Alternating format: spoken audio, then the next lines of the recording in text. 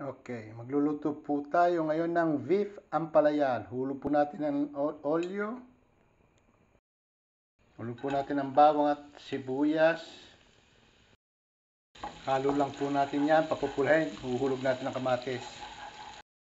Pula na po ang bawang at sibuyas, hulog natin ng kamatis. Ito na rin po kamatis, sibuyas at bawang. Hulog po natin yung beef, yung baka pong binayat. Haluin po natin ganyan.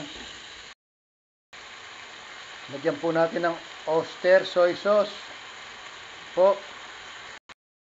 Lagyan natin ng oyster po. Lagyan natin ng bawang, paminta at asin. Yan po, pinagsabay ko na. Naluto na po ang ating baka. Hulog natin yung ating ampalaya. Galing po sa freezer yan. Tapos hahaluin ko na lang po. Yan. Yan, halo lang po natin para siya ay humiwalay dahil yelo po siya kanina. Yelo pa po ang iba dyan. Yan po. Oh. Pakukuloyin po, tatakloban natin yan. Okay yan, nakulo na po. Malapit na po yan. Hulay! Luto na po ang aking beef ampalaya. Okay, yan po. Napakasarap po niyan.